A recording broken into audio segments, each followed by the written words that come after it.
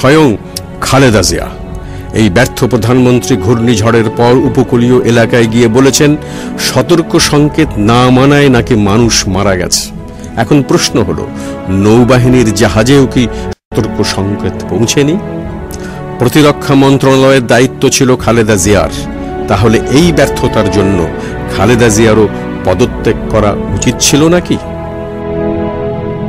এই ব্যর্থ সরকারের ব্যর্থতা এখন সবাই জানে। আগামী সংসদ নির্বাচন সুষ্ঠু হলে প্রত্যাখ্যাত হবে জেনেই ইলেকশন ইঞ্জিনিয়ারিং এর তাবৎ পরিকল্পনা বাস্তবায়ন করে যাচ্ছে তারা। হাইকোর্টের নির্দেশ থাকা সত্ত্বেও নতুন ভোটার লিস্ট তৈরির নামে করেছে তাদের দলীয় ও ভুয়া ভোটার লিস্ট।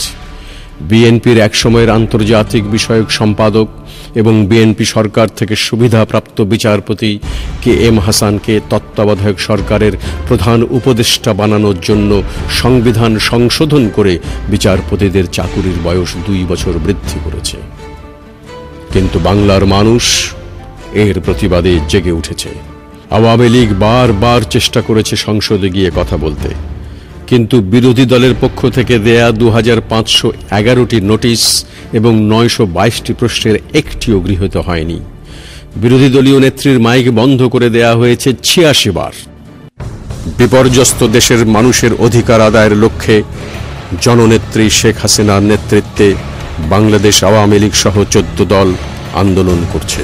আগামী জাতীয় সংসদ নির্বাচন যাতে সুষ্ঠু হয় সেই লক্ষ্যে তত্ত্বাবধায়ক সরকার পদ্ধতি এবং নির্বাচন কমিশন সংস্কারের দাবি করে আসছে 14 দল। এতে বিএনপি জামাতের কোনো আগ্রহই ছিল না। দীর্ঘদিন পরে তারা আলোচনায় বসলেও তদানীন্তন প্রধানমন্ত্রী খালেদা জিয়া আলোচনার মাধ্যমে সমঝোতার বিরুদ্ধেই বলে গেছেন একের পর এক জনসভায়। এদেশের মানুষ কখনো অন্যায় মাথা পেতে নেয়নি।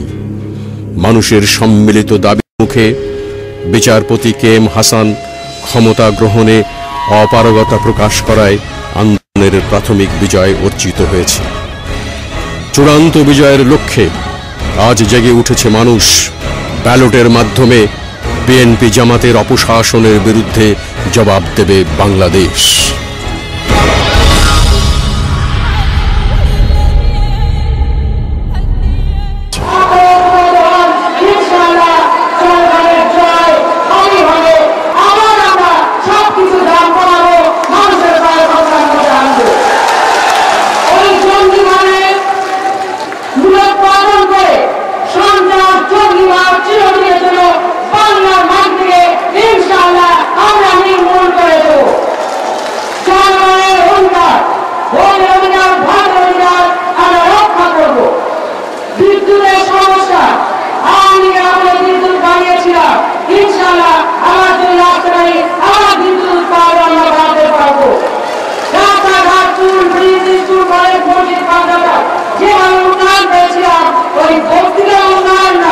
সত্যিকার ভাবে মানুষ যাতে সুফল পায় সেই উন্নয়ন আমরা করব।